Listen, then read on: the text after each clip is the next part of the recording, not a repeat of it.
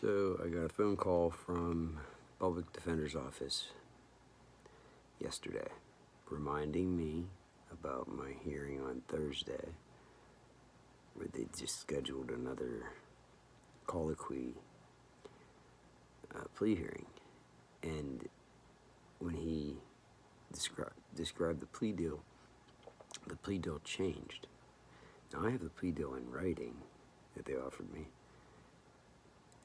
They sent to me that I said I needed discovery first before I could make a decision. I got the discovery and discovered that the police broke the law. They tampered with evidence. They manipulated the evidence, and I figured they would. Well, I knew they did that they broke the law. They went around the rules.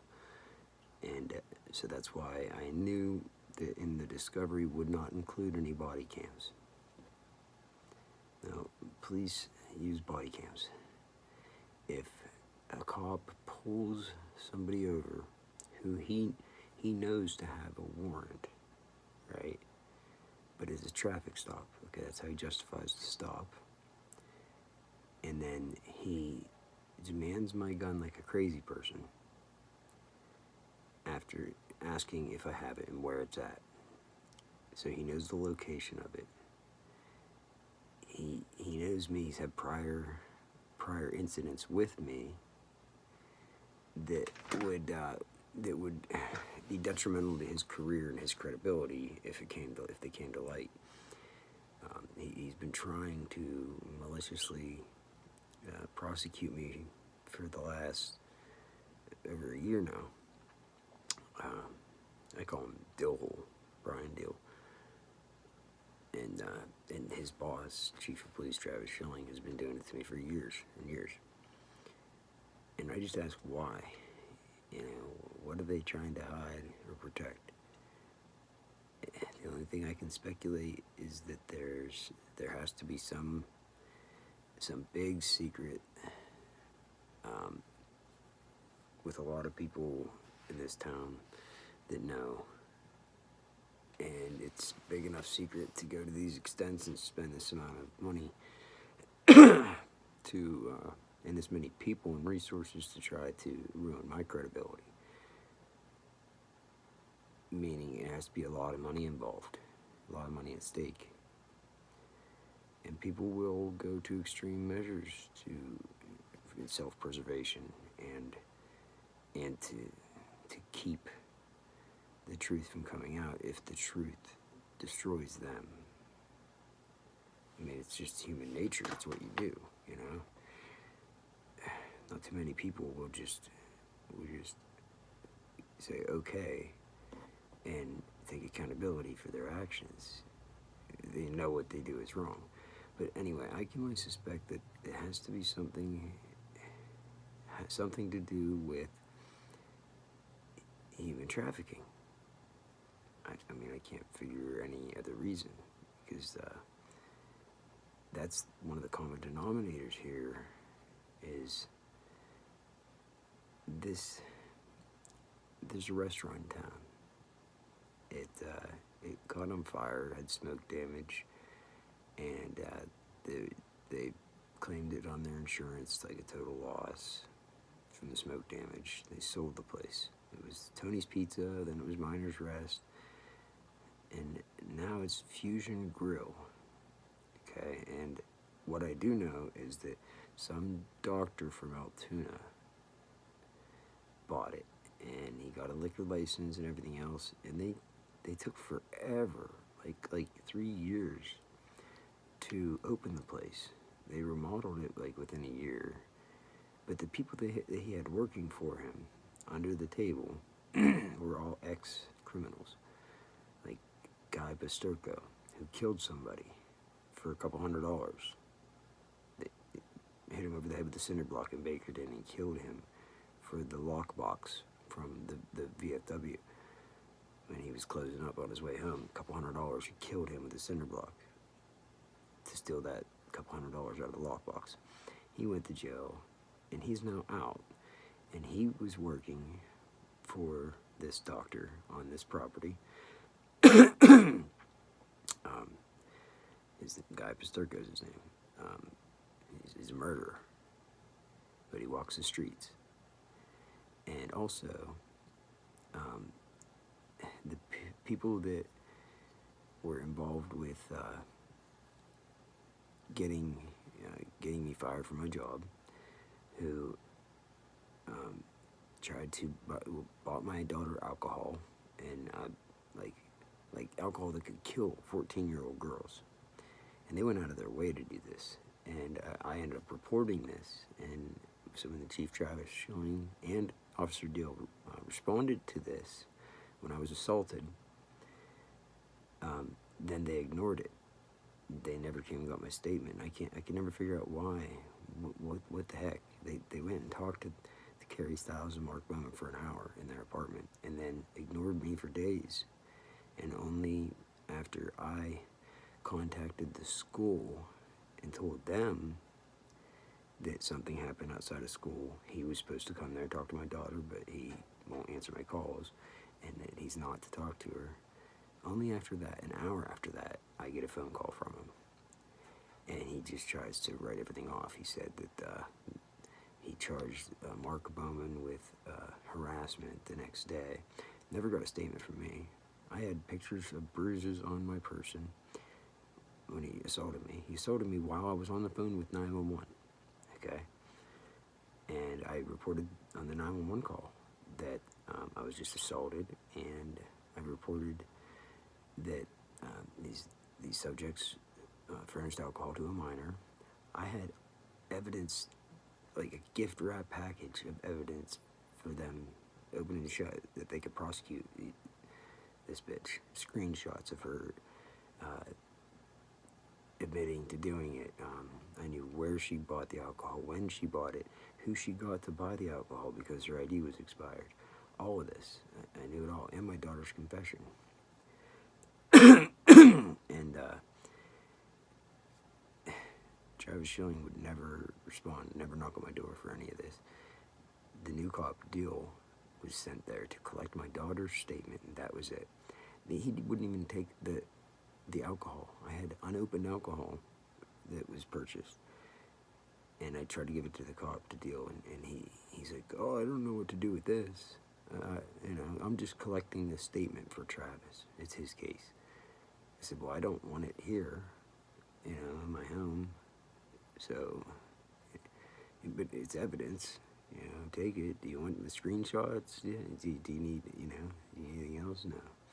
But when Travis Schilling called me, I did my research, and there should have been some calls to CYS on me and on the other people, Carrie Stiles and Mark Bowman. There was some definite concerns for kids' safety, and Travis being a mandatory caller. I looked into it, and if he didn't call, then he opens himself up for criminal charges, being a chief of police. That's what we rely on to protect our kids. That's what our taxpayer dollars pay for, the chief of police and child protective services, and the rules that are in place and the laws that we have in place to protect and serve us, the people. From it's public safety issues all over this. So I just try to figure out why all this happens. Anyway, the doctor that owns this restaurant is opening this restaurant with a liquor license. It's right across the street from the police station. This Mark Bowman, the one that assaulted me, was the baby daddy to a girl I worked with who got me fired. He's the one who assaulted me, Mark Bowman, on that 911 call. He worked, and he's an ex-felon. He worked for this doctor as well. So did Kenny Fye, the local special person who stabbed the cop on an incident when he was drunk, stabbed him in the hand with a knife, and he got some probation and stuff. But like these things happen, and that's okay. Like, but they have to send me to jail and house arrest and all this thousands of dollars and everything else for driving under suspension. That was only ever suspended for failure to pay fines and costs. You know, I've been in jail 3 times for driving under suspension. For just only two actual incidents. One driving under suspension, I got over 6 months house arrest and 2 months in jail. And paid thousands of dollars. Because my wife was falling asleep at the wheel, and I would still make that same decision today. To this day, I was sober, and it was the best thing to do. I did the right thing. So that earned me the better part of a year of my life, and everything changed at that point. That's when me and my wife split up. I believe it happens for a reason. It was good that it all happened. Quit doing drugs. I split up with my ex-wife. Because we weren't helping each other. She didn't want to quit doing drugs, I did. And the kids stayed with me. But I always stress the importance of the kids having both parents in their life. And I really understood the lessons that I got from the parenting classes where you don't talk bad about the other spouse, so I never did. I can't say the same for her. And it caused some tough times with my daughter when she was 14, 15. But I stood my ground. I did the right thing. She didn't like me for it. But now she respects the hell out of me for it, and I can see that I helped to put her on the right path as a good person, and to be able to see things for what they are, and not be naive, you know, and not be spiteful. It's so toxic, being spiteful and vindictive and jealous.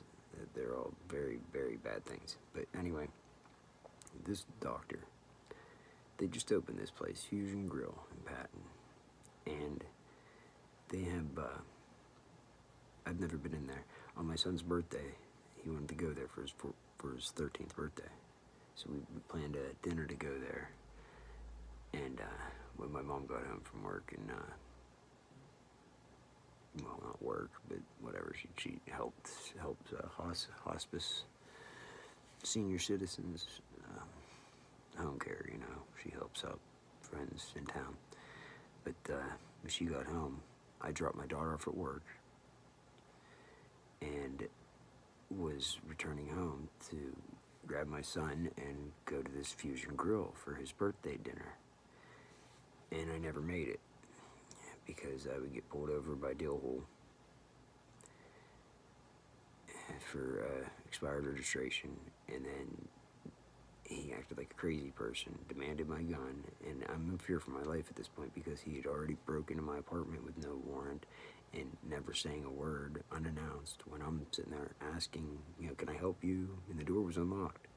Now he broke in, arrested me at gunpoint in front of my son in my home, and then publicly humiliated me in front of all my neighbors who were all outside, and then had to release me because they didn't have grounds to arrest me right there in the parking lot, give me my firearm back and everything else, and at which point they verbally trespassed me. So I never went back. However, a couple days later, I would get informed by my family members that these cops were looking for me. And now I know that they know where I'm at, and I have other people have told me things that led me to the conclusion that they knew exactly where I was at. Like the fact that a bunch of people arguing in the local convenience store about why don't they just send the cops to pick me up? I'm at this location. Why don't they send me to pick me up? All these people arguing about me in my town when I was in public on purpose for a couple days when there was this felony warrant, and I was on the news, I was on Facebook, all this shit, but it was all a lie. And like I said, I would be told about this this public argument about me because they knew where I was at. But while they knew where I was at, these cops went around to my family members, my uncles, my moms, my dads, my grandmothers, which was only a quarter mile down the road from where I was standing in the open in the driveway, and looking for me for this warrant, this felony. Well, on the news it says felony burglary, but there was never a burglary or felony burglary charge at all. And that was just a lie. But the charges, the warrant they had was felony breaking and entering, which Dill broke and entered and broke the door. Felony breaking and entering, criminal mischief, and then a second set of charges, defiant trespass and disorderly conduct from the day 2 days prior when he broke into my apartment and arrested me at gunpoint and then released me in the parking lot and trespassed. That was disorderly conduct and defiant trespass. But I think to cover his ass, because he knew he fucked up when he broke in, and my son happened to be there recording it, I don't think they accounted for that. I think they were there to kill me, because they know I carry a pistol everywhere. Dill knew this. He had prior knowledge of this. They knew I was there, and because I refused to leave, I wanted to talk to the manager. She was avoiding me for 6 months. And that morning, the manager was to come to work, and I was going to go try to work this out. And I filed the eviction moratorium and everything. I had all that. And instead of her going to work, she went to the cop station. The cops then came, these two officers, the now chief of police of Hastings, Jason Owens, former state police officer, and this officer Dillhole, together like a tag team. They went around all these places and everything, and they're the ones that arrested me and broke in my apartment. And they went around like a tag team doing all this, and they knew where I was at. So it wasn't to arrest me. It was just all for public show, just to set their narrative. You know, they have to paint a picture of me to everybody else in order to motivate them and manipulate them that I'm some kind of bad person, that I'm some kind of violent, dangerous, drug-addicted, evil person. Because that's what they have to do to keep people from hearing the truth or trusting what I say. And now, to this day, I had never had a violent offense. I've never been convicted of any drug charges. I have a retail theft on my record, which I never even stole anything. I only have that on my record because Travis Schilling advised me that it's just a citation. My best course of action is just to pay it. It was $70 fine. Just pay it. Because I attempted to steal beef jerky at Sheetz. I was drunk, and I made a mistake, and I dropped it, and in a panic, I was ashamed, embarrassed, and I walked out of the store, and they tried to stop me, and I just kept walking. So the cop picked me up, took me back to the store, watched the footage, and then kept asking me, where's the merchandise? Where's the merchandise? I said, I don't know. It's in there somewhere. It's in the store somewhere. So he knew that it didn't have any merchandise. He knew that it was in the store, and tried to get me, I guess, to admit that I took it out of the store or something, which never happened. So it got me to, I was dumb and naive, and I just pled guilty and paid the fine. I didn't realize that I would have a retail theft on my record for life. So you look at my record, that's one thing to look at that. But the details and the facts tell a totally different story, okay? And now that they do all of this, they put charges on you so that anybody wants to look up your criminal record, they're going to see all these charges that they filed against you, even though I wasn't convicted on all of these or anything. Just the fact that they were filed against me does the damage. It has an effect on the general public, to where it paints a picture of me, and the general public is then, unfortunately, manipulated into believing that I'm somebody I'm not. So, anyway, I still can't figure out why the emphasis on me. Why are they so determined to do this to me? Because I never did anything to them. I live my life with the concept and the philosophy to not do anything to that will harmfully affect other people. You know, if I do anything, whether you think it's right or wrong or whatever, I live my life to try to not affect other people, because I don't want other people affecting me. You know, you do unto others as you would have done to yourself. You know, you get what you give, and you know, karma's a bitch, all that. So I can't understand where the motivation is, because okay, jealousy, envy, whatever, narcissistic traits are one thing, but this is on a whole nother level. This is people that are intelligent, that can clearly anticipate bad consequences and the risk of doing these things. And for what? To gain what? So that's the big why. That's the big why. What is the missing variable? And when my daughter told me yesterday, I put some things together. When she told me yesterday about the Fusion Grill, and that upstairs, apparently, this is what my daughter told me, the owner, doctor, he keeps his that's where he does his human trafficking, upstairs in the apartments above the restaurant. He has all his illegal immigrants that he brings up,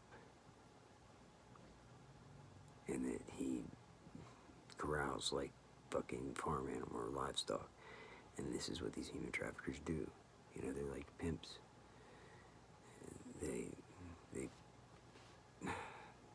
prey on the misfortunate, the weak, the naive, the unknowing people that just don't know any better.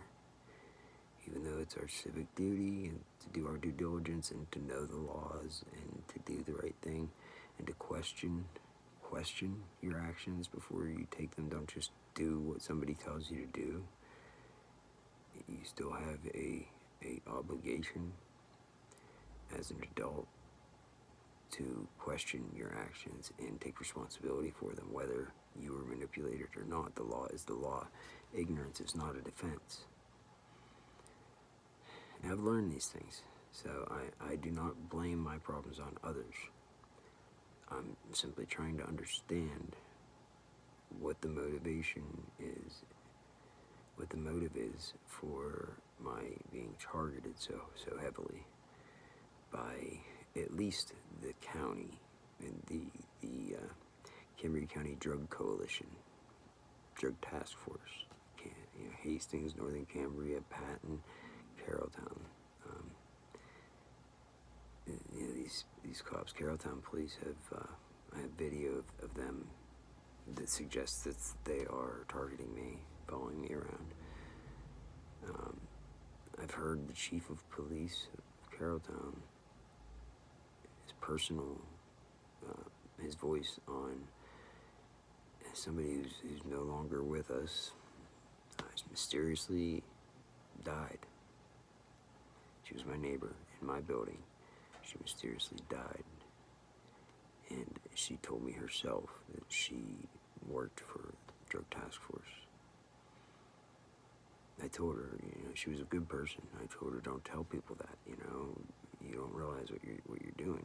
You don't tell people that. I know you trust me, but don't tell people that, She had good intentions. She made mistakes, made bad choices in the end.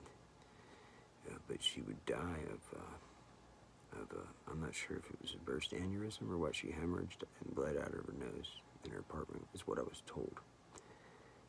But the whole thing, all the details that surround her death is very mysterious. And I called 911 because I was very concerned that whenever I was walking my dog and I come back from walking my dog, and then my neighbors would tell me that Carla was gone. And I said, what do you mean, she moved out? And they said, no, she's dead. I said, what are you talking about? I just went to walk my dog. I come back, and she was dead. And then it was almost like they all played their part and put on this big act.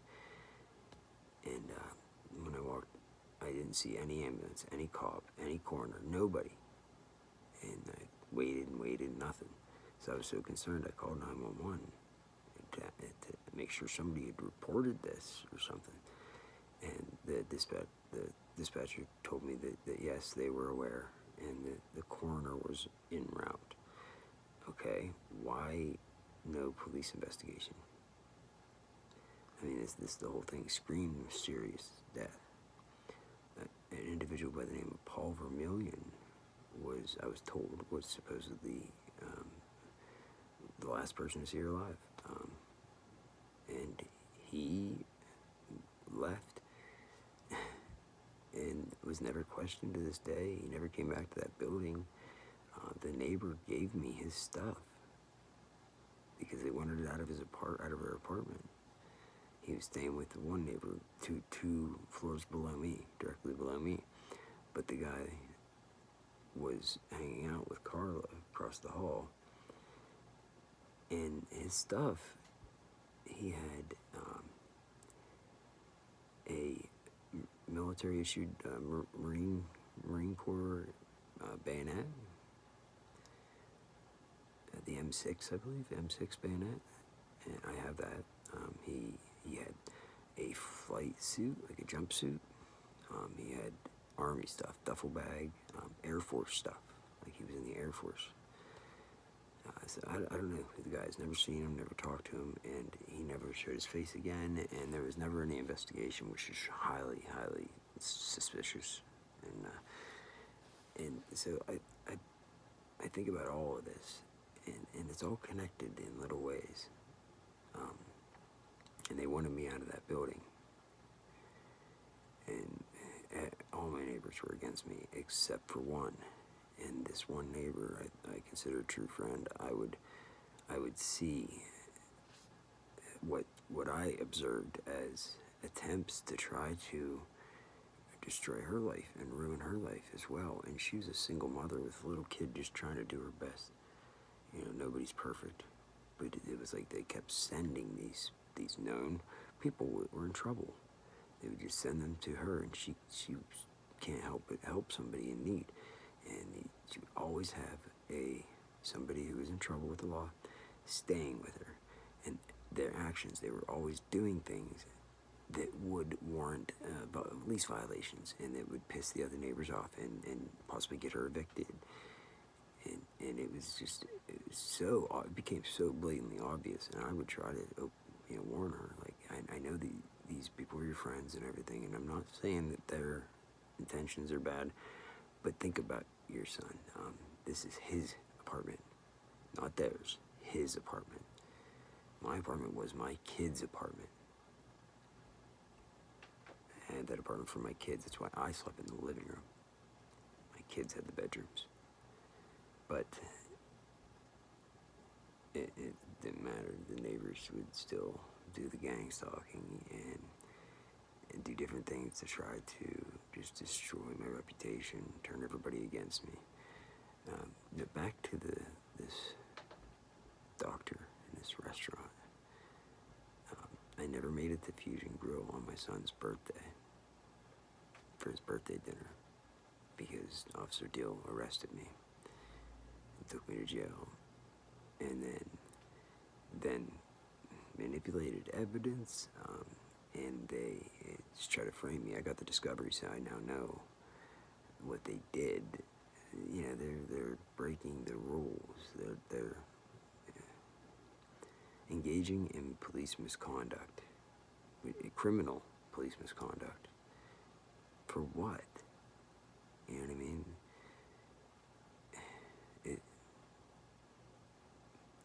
I get it. They don't want to get a bad public image.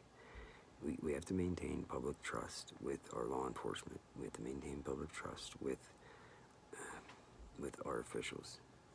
We have to be able to trust that they have integrity and that they have everybody's best interest in mind when they go out every day and they put a badge and a gun on and they protect and serve.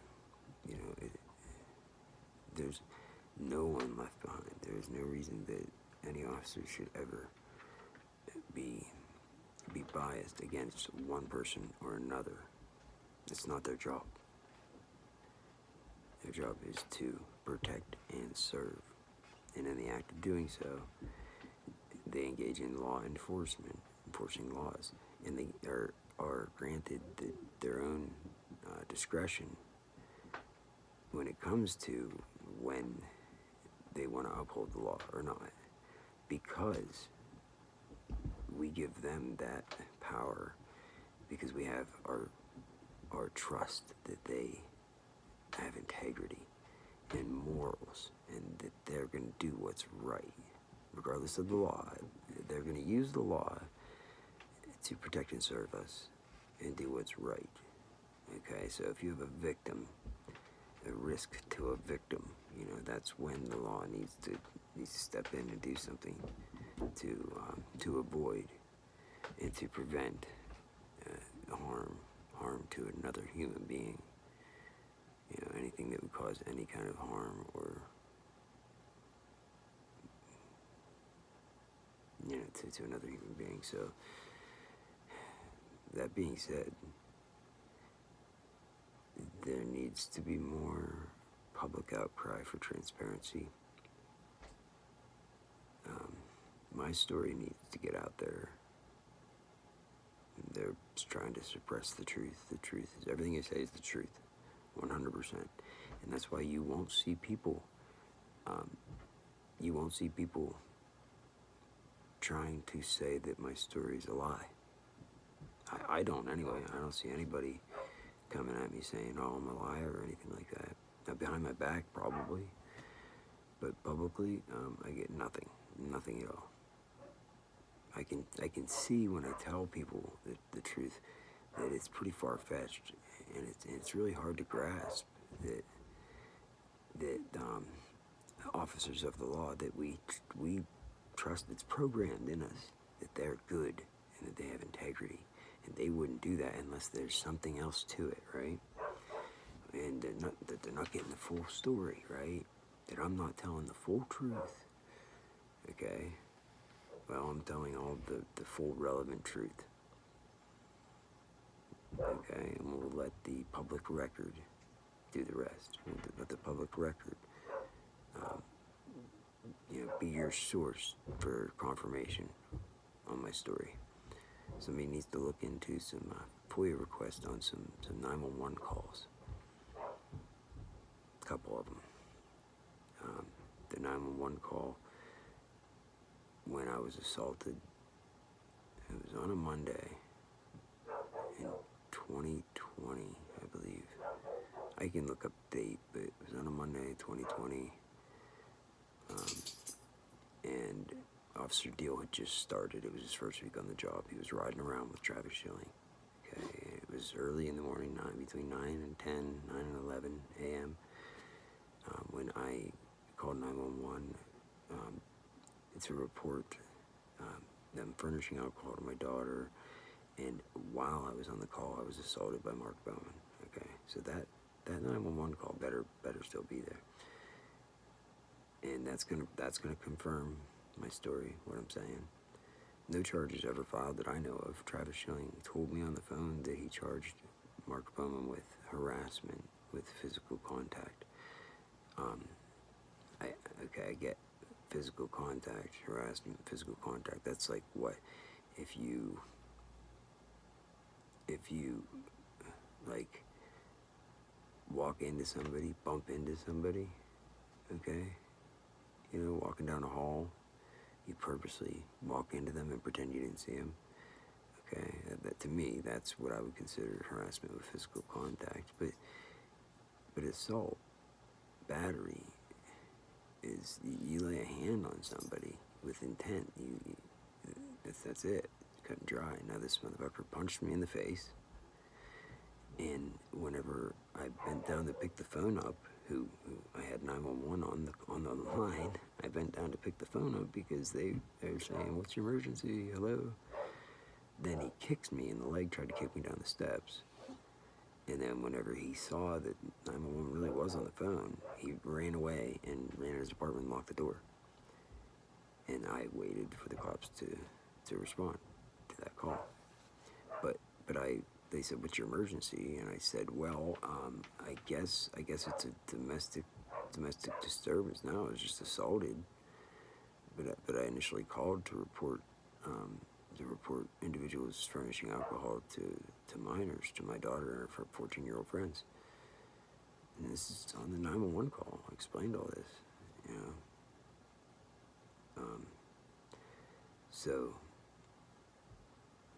there's evidence right there that's all they would need to charge and convict this piece of shit prior felon of assault. Right there. And then the furnishing alcohol to a minor, like I said, I had all the evidence. They refused to take it. First deal said, "Oh, I don't know what to do with that alcohol or that evidence. I'm just here for Travis. It's his case. I'm just here collecting the statement for Travis Schilling from my daughter." And then he would go on to tell me, "Oh, I'm sorry. There's nothing we can do." Because the person that told me, that had a conscience and told me what was going on, thankfully, God bless Ashley Contreras for doing the right thing. And she would send me the screenshots and everything else about this. I still, I'm sorry if I put your information out there, Ashley. Understand why I did what I did. I have to protect myself and my kids from powers that, like, you can't underestimate somebody in law enforcement that has a motive, an evil motive. You can't underestimate that. They have knowledge and they have resources beyond any regular citizen. So my only main tool to defend myself and protect myself and my family, because they took my gun and won't give it back. So I thought I had a right to be protected in my personal property. That's what I said to Dill on the phone when I told him I was coming to get my gun back, and he said, "You're never getting your fucking gun back," and he hung up on me. Not until after I reported to him that I just received a phone call from somebody with an unlisted number that told me my targeting will never end. And I reported to this when I called the Patton Police Department and spoke with Dill and put him on notice that I would be coming down to pick up my firearm. And when he started swearing on the phone at me, I included, you know, that I'm reporting to you right now that I was threatened. And somebody else my chainsaw had mysteriously caught on fire as well. I'm just not speculating, whatever, coincidence, I don't know. But the neighbors were both in their yards at the time, and they pretended that they didn't see it. Like, you can't make this shit up. When the smoke's bellowing up out of my fucking chainsaw in my backyard, I just fired it up a minute before that.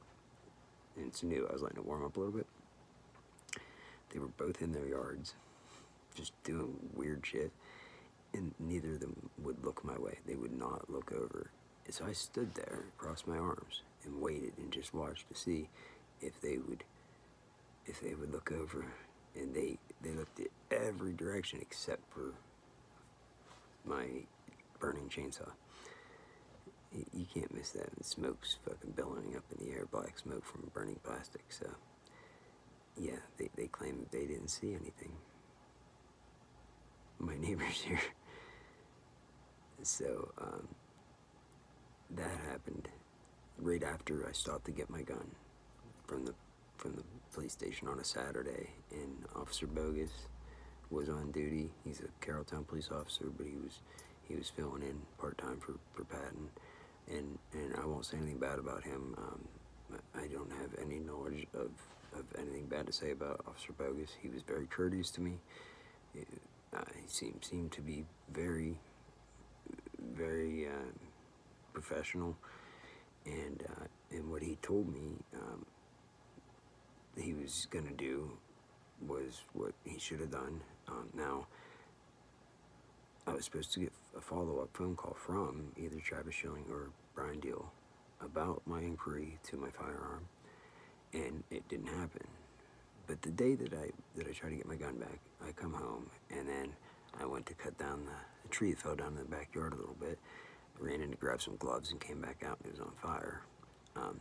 That was the same day I tried to get my gun back. And then a couple hours later, I would get that phone call. And my son heard it. It was right here in the basement, and I have a HomePod Mini. And I would just tell my HomePod to answer the phone, so I didn't have to drop what I was doing. And they asked for me very politely. And when I said, yeah, what's up, who is it? They clearly, very clearly, and with a negative intent, they totally changed their tone from bubbly, asking for me, to your targeting will never end. Click. And I kind of laughed. I said, what, who's this, Chief Handler? And they hung up. And my son heard it, and his jaw dropped. He's like, what was that? I said, see, buddy, I'm not making this shit up. This is, some of the stuff that I claim, maybe it is coincidence, but you can't all be coincidence. It's all things that would look like a coincidence. It's by design. It's an ingenious fucking program.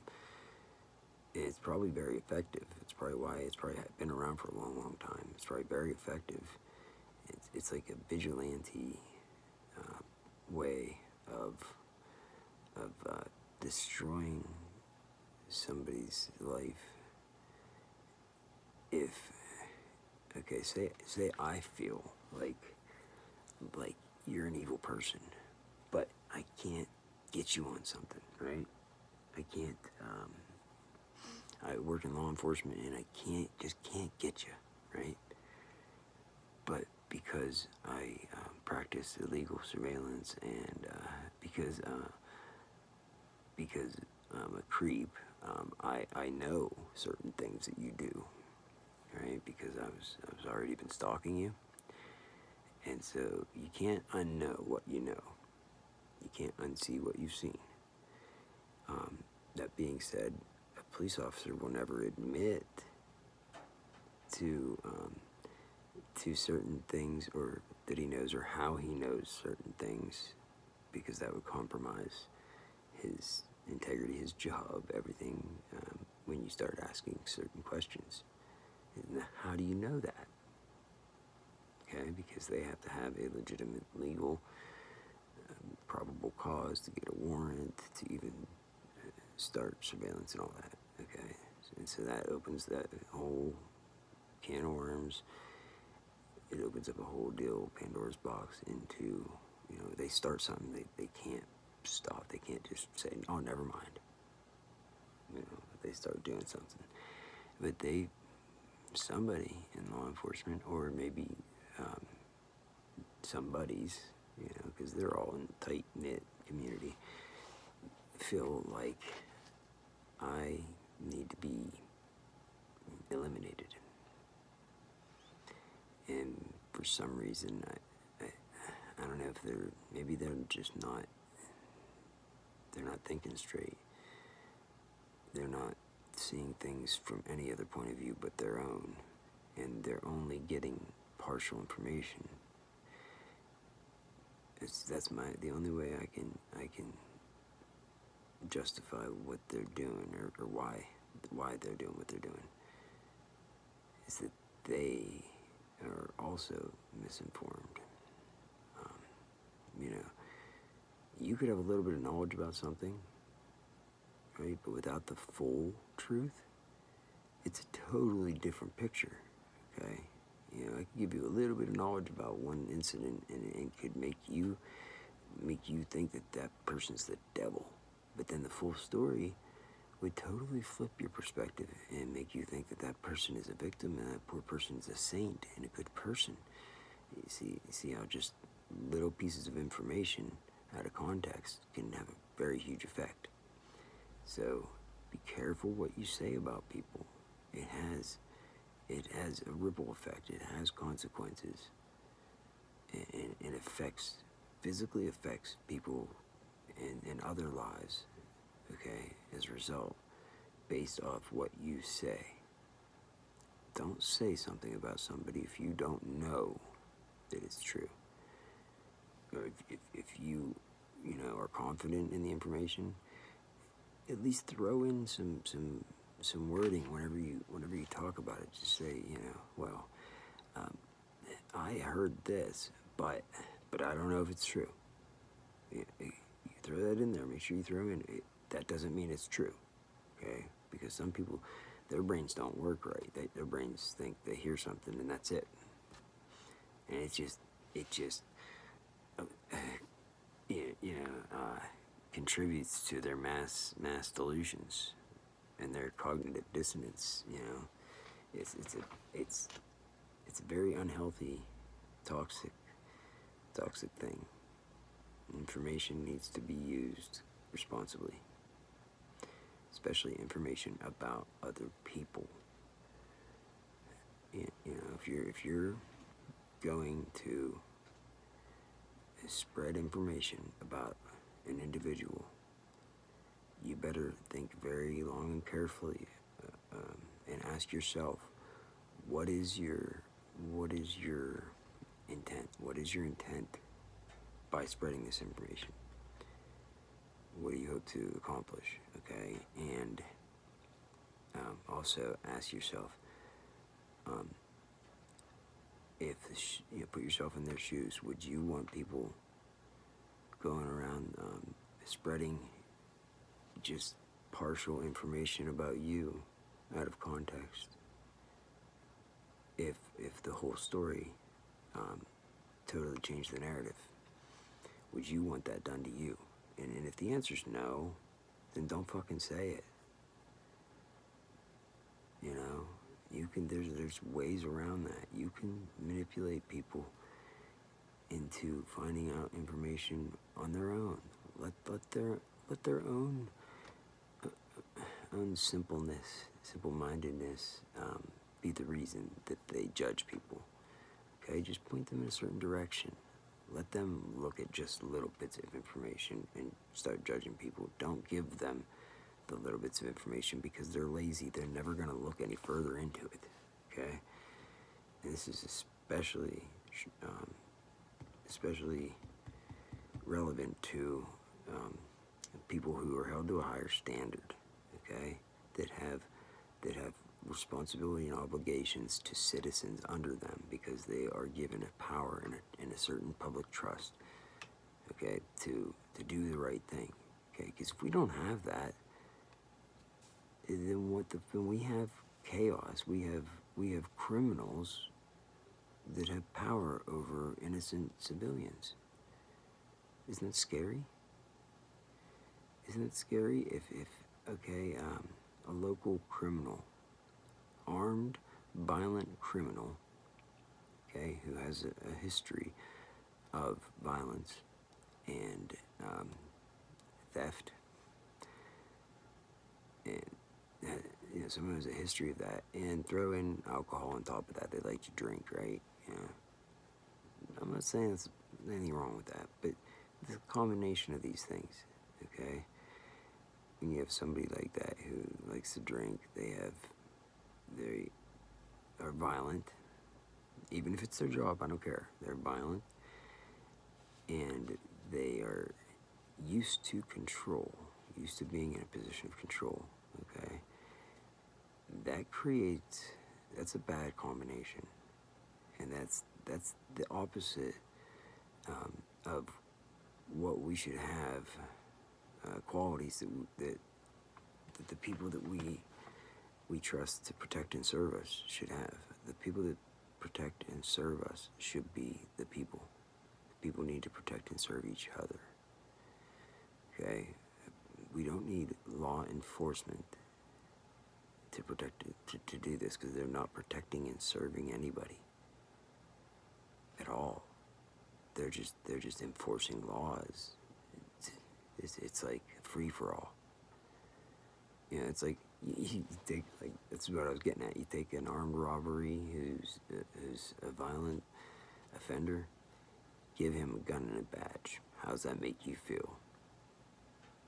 You gonna keep your doors unlocked at night? Doesn't matter. Doesn't matter, because they can go ahead and commit atrocities against you, but then they're protected because they're held to a higher standard, but they're given special immunities. You know, they say nobody's above the law, but the law has different levels. Okay, so these people are above these people's law. Nobody's above the whole law, but this person is on a higher level in the law than this person. Okay, they get certain privileges and protections, and certain benefits go along with being a pig.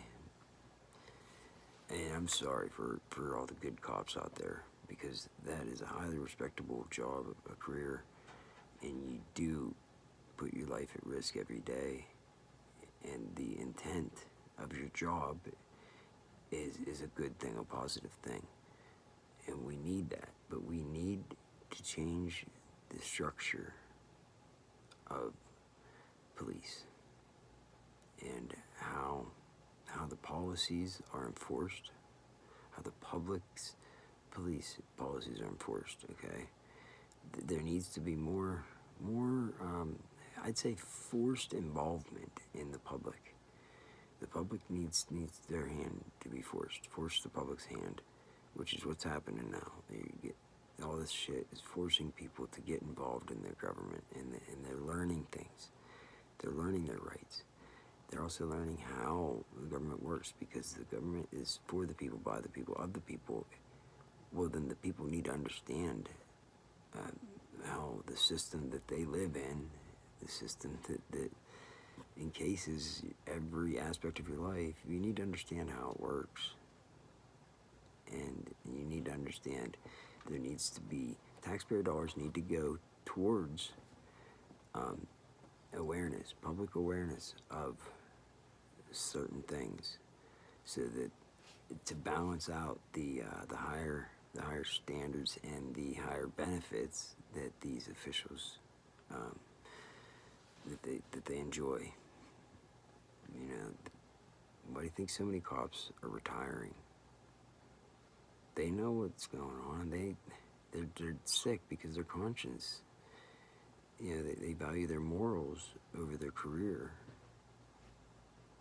You know, career is just, why do you go to work? You work to live. Okay? Don't live to work. Work to survive. Okay?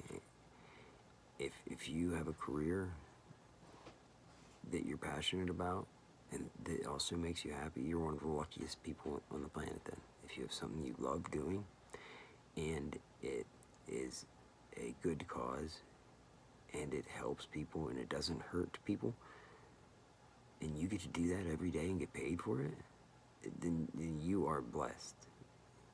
You're absolutely blessed. You're absolutely, I'm not going to say lucky, but you are on the right path.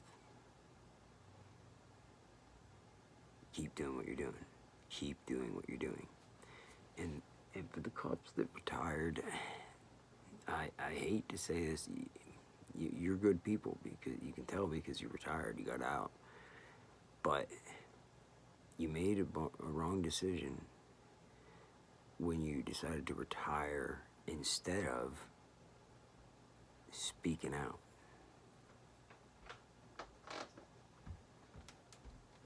You know what the right thing is, so then say it out loud.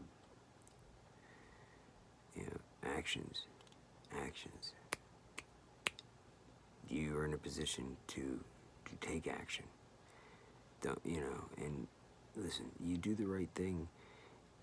You shouldn't have to worry about the blowback for your family and becoming a target and everything else. That's just being selfish. Okay? If other people are being hurt and you know it, and you have the power to do something, you have an obligation to do it. No matter what, no matter the consequences. I know you're scared that your family is going to be threatened, or that you're putting your family at risk by doing it. But by not doing it, how many families are you putting at risk?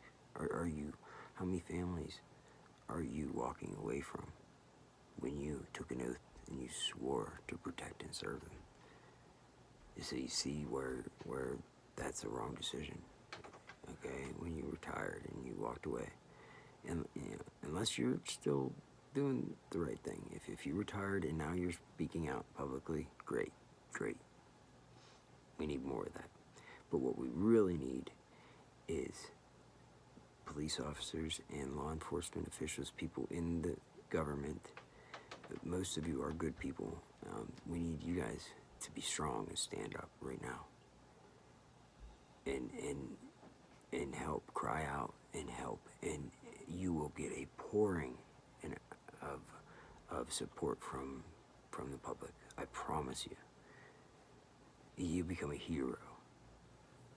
It'll be scary, but you have to overcome your fears. You can't let fear keep you from soaring to the heavens. Keep you from flying as high as you can, like a fucking eagle in the wind, like a true patriot. So, that being said, I hope my words, my thoughts, I hope that they make a difference. Even one person, even if one person is watching this and it helps them, gives them the strength, the courage to stand up and do what's right, then I've done my job. I'm more than grateful. I'll sit here and talk all day long about this stuff and give my time and put myself out there to do this. If one life is changed for the better because of it, my life is meaningless to me. Meaningless. I'm just a vessel. I'm just here. You know, I don't care about myself or my life or money or property or possessions. What's important is family, friends, and integrity, and being strong and standing up and saying something when you know something's wrong. Because I'm sorry, if you see something wrong and you say nothing or walk away, you are a fucking coward, and you are just as bad as the criminals that you talk shit on. Actions speak louder than words, way louder.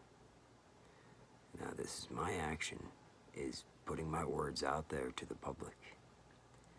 You know, and yes, I absolutely fear the repercussions for my family, for my daughter, for my son, for my mother, for everybody in my family. But you know what? What has helped give me the courage to do this is that, yes, I think about them, but I think about everybody else's son or daughter as well. And mine, my son and daughter and mother are no more important than yours. You know, or Mr. Wilson down the street, or even the local fucking crack dealer. You know, his mom or his kids. You know, it's all about the kids. The kids, they don't get a choice.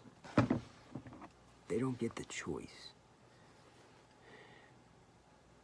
and they're the ones that are being negatively affected by a lot of this. So the fact that the kids are being negatively affected, and they're having consequences that are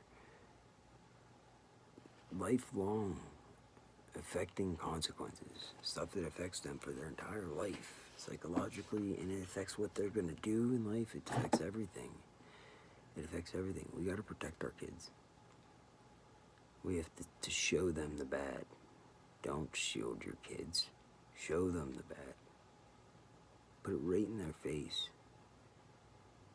And then don't leave it at that. Put it right in their face and then talk to them. Explain how powerful they are, how much you can do a lot in a day. Explain the power of the individual and the individual's voice to affect positive change. Don't wait until this is happening to you to do this.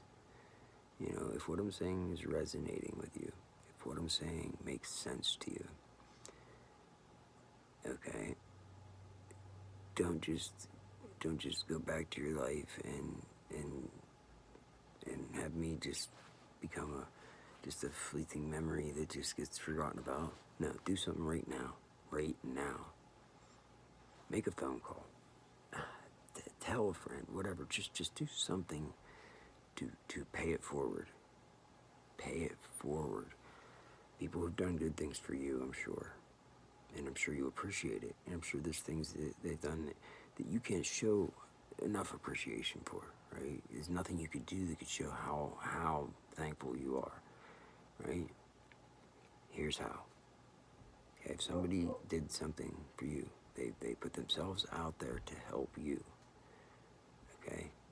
Do your good deed for the day.